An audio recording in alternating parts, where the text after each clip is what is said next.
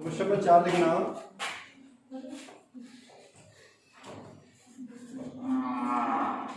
ठीक है, 4 देख लीजिए फिर आप लोग। हाँ भी आ गया है। ठीक है, अन्य साधनों से शिक्षक में प्रतिभूतियों से ब्याज की आय की गणना कीजिए। ठीक है, यहाँ पे आपको बोला है इंग्लिश में लिखना, calculate this income from interest on securities under the head of. ठीक है, तो यहाँ पे कंपटीशन ऑफ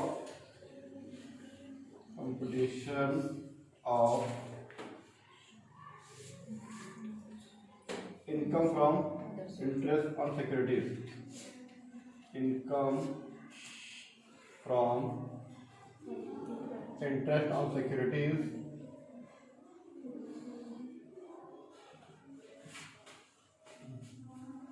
ठीक है, under the head income from other source ना, under the head income from other source. ठीक है, ऑफ मिस्टर, जो भी नाम है उसका, क्या नाम है इसका, मिस्टर एक्स। ठीक है, प्रीवियस ईयर असेसमेंट ईयर लिख लेना। ठीक है, पहली का है 25,000 रुपए के 12% हरियाणा राज्य विद्युत परिषद बॉन्ड। ठीक है,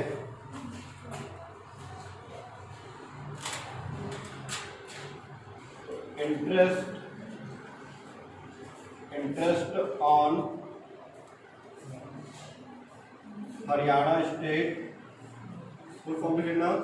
ठीक है, इलेक्ट्रिसिटी बोर्ड ऐसे ऐसे। चलो थोड़ा कॉलम बड़ा कर देते हैं, तो एक ही कॉलम में तो हो जाता है, इसका दो कॉलम की जरूरत नहीं है। Board bond. ठीक है, इतना जो 25,000 दिया है, 25,000 का 12% निकाल लो, 30,000 हो गया। पॉइंट नंबर 2, 20,000 के 13% इलाहाबाद। ठीक है, तो इंटरेस्ट ऑन, नाम लीजिए ना, 20,000 का 13%, 2600, 2,600। फिर उसके बाद परिवार पेंशन, फैमिली पेंशन है ये। ठीक है, ये इसमें नहीं आएगा। क्यों नहीं आएगा? क्योंकि हमको बोला है सिर्फ इंटरेस्ट ऑन सिक्योरिटीज निकालो और कुछ मत निकालना है। इसके अलावा डायरेक्टर फीस होगा या कुछ और इनकम है, ठीक है, विनिंग इनकम होगा, केबीसी से जीते इधर जीते, वो सब नहीं आएगा। सिर्फ यहाँ पे हमको चाहिए इंटरेस्ट ऑन सिक्योरिटीज चाहिए। ठीक है, आगे देखते हैं। फिर पॉइंट नंबर 3 में डैश कर देना, इंटरेस्ट सही नहीं है, फिर कुछ लिखने की जरूरत ही नहीं है वहाँ पे। ठीक है, फिर हमारे क्या पॉइंट नंबर 1, 2, 3 के साथ है, तो उसको डैश कर दो। ठीक है, उसके बाद chits India private limited company की कर मुक्त सुरक्षित प्रतिभूतियों पर ब्याज प्राप्त हुआ। कर मुक्त मतलब उसमें टैक्स फ्री है, उसमें आपको टैक्स नहीं लगेगा। ठीक है, आपको टैक्स काट के दिया है वो। ठीक है, इंग्लिश में लिखा हुआ है 1980 received interest on tax free secured securities of chits India private limited. ठीक है, आपको टैक्स काट के दिया है। उसकी इनकम कितनी थी इसमें? 1980 डिवाइड बाय 100 डिवाइड बाय 90 कर दो, 2200 रुपये। सर ये तो डैश हमारा। पॉइंट नंबर 4, 1980 का 100 डिवाइड बाय 90 करोगे तो आपका 2200 रुपये आ जाएगा। 2200 रुपये मतलब आपको देना था 2200 रुपये, वो दिया 1980 रुपये टैक्स काट के दिया है। ठीक है, आपको इतना दिया है वो। कर मुक्त मतलब उसमें आपको और टैक्स देने की जरूरत नहीं है, बोल रहा है आपको इतना ही दिया है वो। ठीक है, लेकिन गवर्नमेंट का रहेगा ना, गवर्नमेंट क्योंकि टीडीएस नहीं काटती।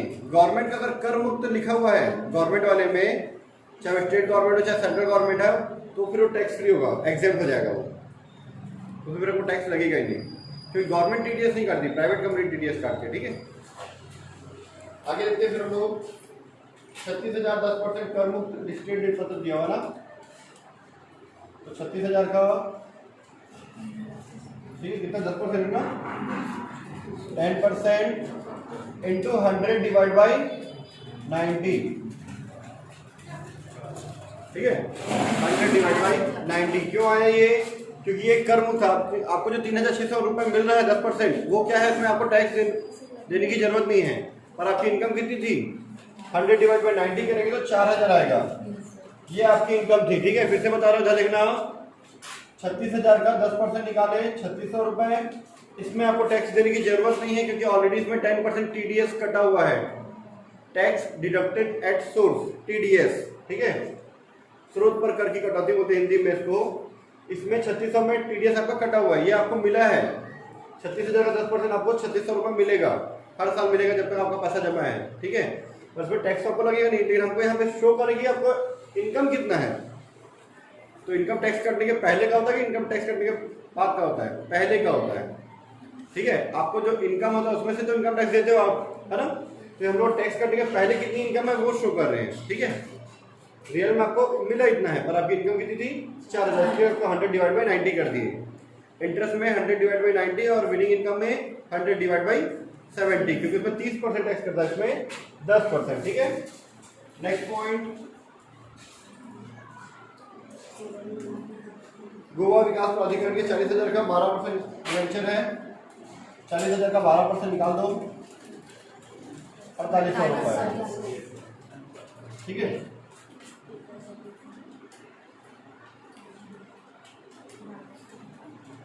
उसके बाद लिखा है गोवा विकास प्राधिकरण का ऋण पत्र खरीदने के लिए 20,000 के लिए वो 11% का से लोन लिया है। उसको आप अलग से यहीं पे 4,800 में माइनस करके शो कर सकते हो। ठीक है, या फिर जो भी आपको मिला है उसमें लास्ट में टोटल करके उससे माइनस कर सकते हैं। ठीक है, दोनों चलेगा। फिर लास्ट में एक और लिखा है यहाँ जो इम्पोर्टेंट है, इस क्वेश्चन में थोड़ा सा कचरा भी है, वो सब प्रतिभूतियों पर ब्याज संग्रह करने के लिए शुद्ध ब्याज पर बैंक ने 2% संग्रह व्यय के लिए, शुद्ध ब्याज पर, शुद्ध ब्याज मतलब टैक्स कटने के बाद, क्योंकि बैंक को पैसा कब आता है? टैक्स कटने के बाद। जैसे 3600, 1980 आपकी इनकम इतनी है, पर बैंक में पैसा कहाँ था? टैक्स कटने के बाद आता है। तो टैक्स कटने के बाद जो बैंक में पैसा आया है, बैंक उसका 2% क्या ले रहा है? कलेक्शन चार्जेस ले रहा है। ठीक है, उसके बाद ब्याज का पेमेंट 1 जनवरी 1 जुलाई को, तो उससे कोई मतलब नहीं, हम लोग तो 1 साल का लेते हैं। ठीक है, तो देखना नोट देखना, हिंट भी दिया हुआ है, हिंट थोड़ा सा देख लो आप लोग। ठीक है, हिंट दिया हुआ है सबसे पहले, interest on loan is taken to purchase Goa development debenture allowed as deduction whether interest is paid और नॉट। घबराना, टोटल में उसे माइनस करेंगे उसको। जो 20,000 का जो हम लोग लोन लिए हैं 11% के हिसाब से, इसमें पैसा इन्वेस्ट करने के लिए, वो माइनस हो जाएगा। ठीक है, चलो पहले इसका टोटल कर लेते, कितना आ रहा है देखो, 16,600। इतनी इसकी इनकम हुई, इसमें से लेस कर देते हैं पॉइंट नंबर 1। ठीक है, इंटरेस्ट ऑन लोन। ठीक है, कितने लिए है लोन? गोवा डेवलपमेंट डिवेंचर ना is taken to purchase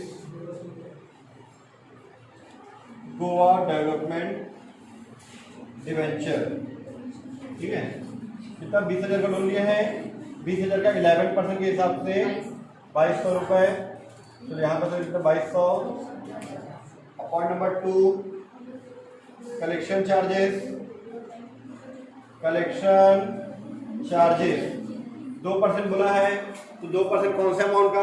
ये 16,600 में नहीं निकलेगा, ये ग्रॉस अमाउंट है। ग्रॉस अमाउंट मतलब जितनी आपकी इनकम है, और बैंक में TDS कट के मिलता है, तो कितना पैसा आया है देख लेते हैं। ठीक है, यहाँ देखो दिया हुआ है on HSEB bonds and Allahabad bank, ये दिख रहा है, ये 25,000, 20,000 मतलब 3,000, इसका 2,600 मिला है, 5,600। ये दोनों का मिला के क्या किया उसने? 5,600 का 90 डिवाइड बाई 100 कर दिया। 10% काटने के बाद कितना आया? 5040। आप उसको अलग अलग कर सकते थे। 3,000 का 100 डिवाइड बाई 90 डिवाइड बाई 100 2700। फिर 2600 करते, ठीक है, अलग अलग करते हो। अच्छा दोनों को दोनों मिला के कर दिया उसने, क्योंकि इसमें पूरा ग्रॉस अमाउंट था। अभी TDS वाला अमाउंट है तो उसको डायरेक्ट लिख सकते हैं 1980 और 3600, ये दोनों का। फिर इसके बाद दिया 4800 का फिर से अलग से वही जैसे यहाँ पे किया है 4800 इंटू 90 डिवाइड बाई 100 कितना आएगा 4320। ऐड करो कितना आ रहा है 14,490, ठीक है। आपकी इनकम है 16,600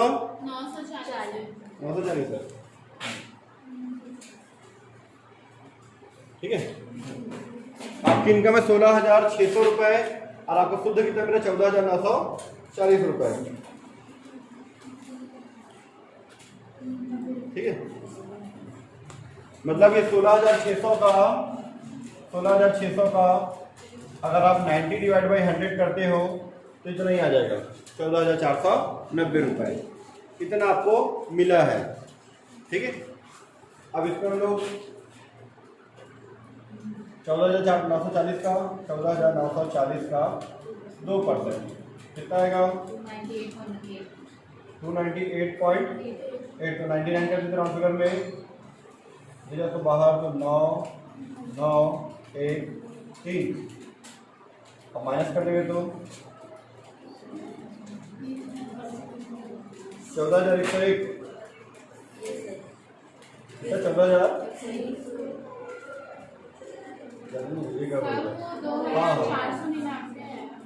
2,499 मैं 9 जोड़ देते थे,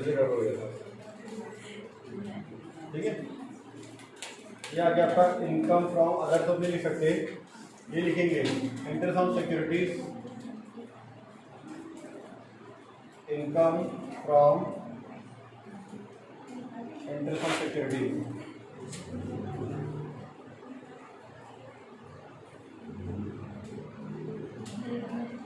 ठीक है। Clear income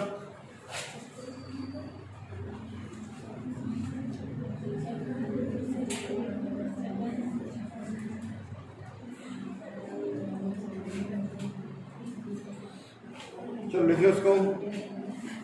question number 5, mister x a resident individual submit the following particulars his income from the year ending 31 March 2020। Last में बोला है मिस्टर एक्स का अदर सोर्स से इनकम निकालना है, ठीक है। तो क्वेश्चन नंबर 5,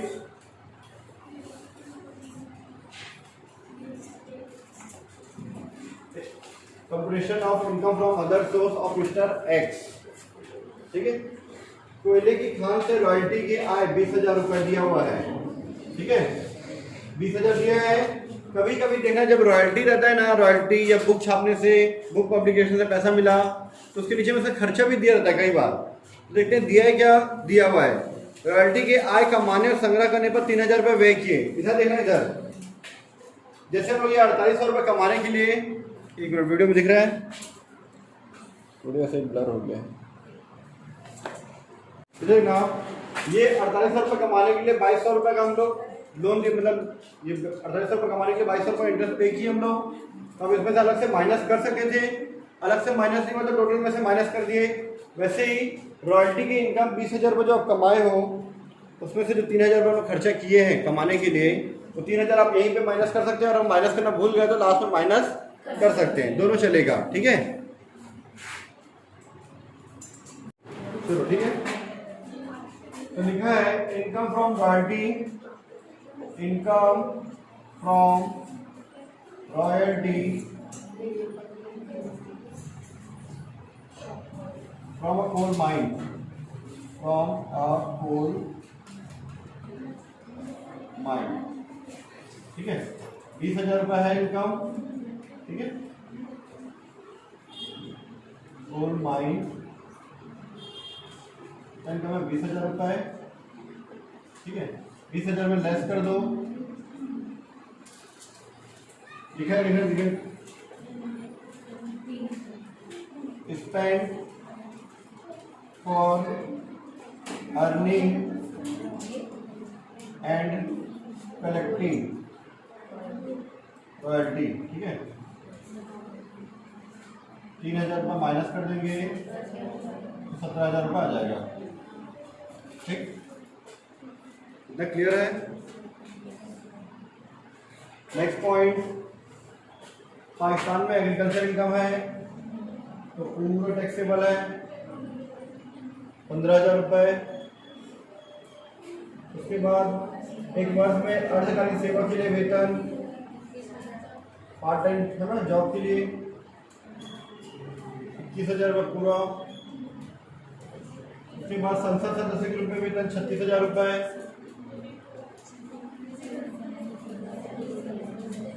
फिर उसका दैनिक भत्ता एग्जेम्प्ट होता है। ये दैनिक भत्ता क्या है बताता हूँ मैं। जैसे जो मिनिस्टर वगैरह है, जैसे मेंबर ऑफ पार्लियामेंट, जैसे संसद सदस्य हैं, आपका क्या बोलना चाहिए, घर के आसपास होते हैं, पार्षद होते हैं, है ना, सरपंच होते हैं, उनको आसपास में घूमने के लिए वगैरह, लोगों से मिलने जुलने के लिए, पेट्रोल डीजल में जो खर्चा दिया जाता है उसको, हाँ, मिलने के लिए, वो उसी को बोलता हूँ दैनिक भत्ता, ठीक है। ऐसा नहीं लिखा नहीं है, लेकिन मैं आप लोगों को दिमाग में फिट करने के लिए, ठीक है।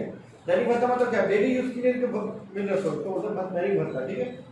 तो डेली चीज में क्या यूज करेगा, लोगों से मिलना जुलना, उसको बहुत सारी चीजें रहती हैं, कुछ चीजें खर्ची करना पड़ता है उसको, उसके लिए जो पैसा मिला है वो पूरा पूरा ये मानिए पब्लिक में लगा देता है। वो कमा तो रहा है अलग से 36,000 रुपये, है ना, 15,000 रुपये लगा दिया वो, तो उसको क्या मिलेगा, तो छूट मिलेगा, तो उसका टैक्स नहीं देना पड़ेगा, ठीक है। पॉइंट नंबर 6, एक रहने वाला जो मकान है रेसिडेंशियल हाउस 1,000 रुपये किराए पे लिया है और उसका हाफ को 1200 के हिसाब से रेंट पे दे दिया है, ठीक है। पॉइंट नंबर 6, सब लेटिंग इनकम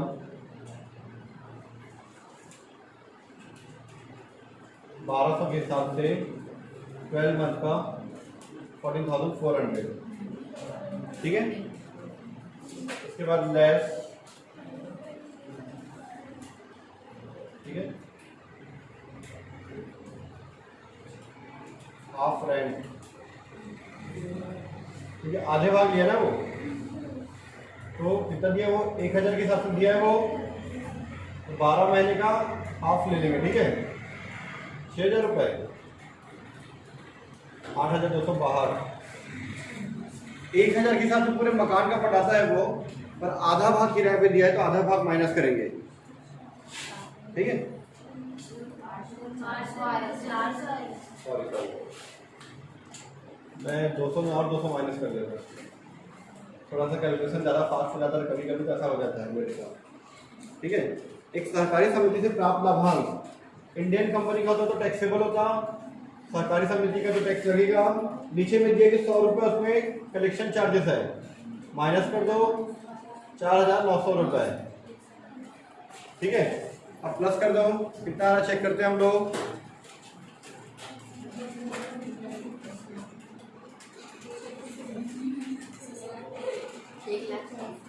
कितना,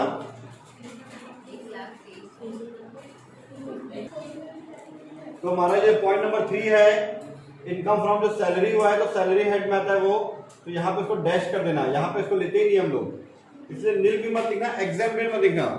एग्जाम मतलब कर मुक्त, कर मुक्त नहीं है वो, सैलरी में जाके जुड़ेगा उसके, ठीक है, अदर सोर्स में नहीं आएगा। चलो अब टोटल कर लेते हैं, इनकम फ्रॉम अदर सोर्स 81,300 रुपये हमारा आ गया आंसर, ठीक है। ये क्वेश्चन नंबर 5 हमारा कंप्लीट। क्वेश्चन नंबर 6 देखना,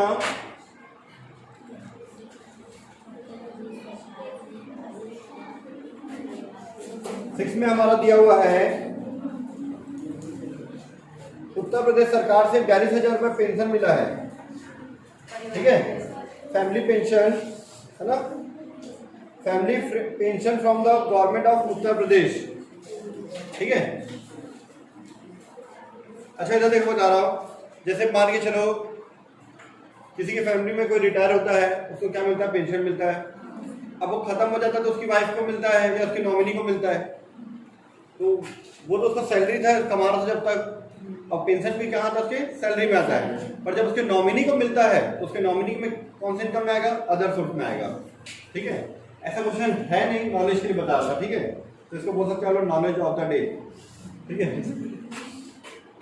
तो ये चीज़ है हमारा।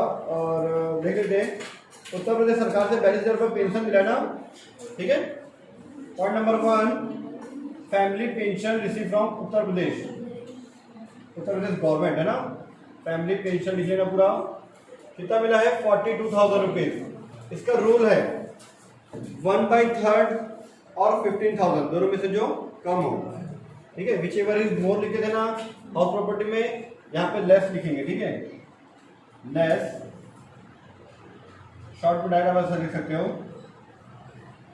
1/3 ऑफ 42,000 और 15,000 विच एवर इज लेस।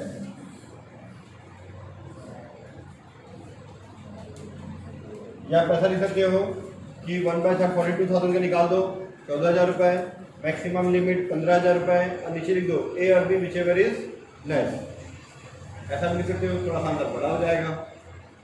ये शॉर्टकट तरीका यही कि जो 42,000 मिला आपको उसका 1/3 या 15,000 दोनों में से कम हो। कितना होगा? 14,000। 1/3 14,000 आ रहा है, 15,000 के ऊपर आता तो 15,000 ही लेते हैं। माइनस कर दो आप 28,000। ठीक है, हम लोग शॉर्टकट लिखे हैं, आप उसको थोड़ा सा और डिटेल कर सकते हैं इसी के अंदर में।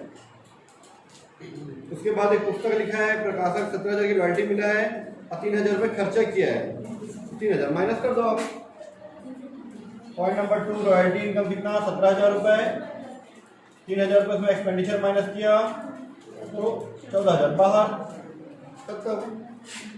पॉइंट नंबर 3, ठीक है, जैसे हम लोग जाते हैं क्या बोलते हैं, परीक्षक के रूप में जाते हैं चेकिंग करने के लिए। ठीक है, क्या बोलते हैं, एग्जामिनर के इन्विजिलेशन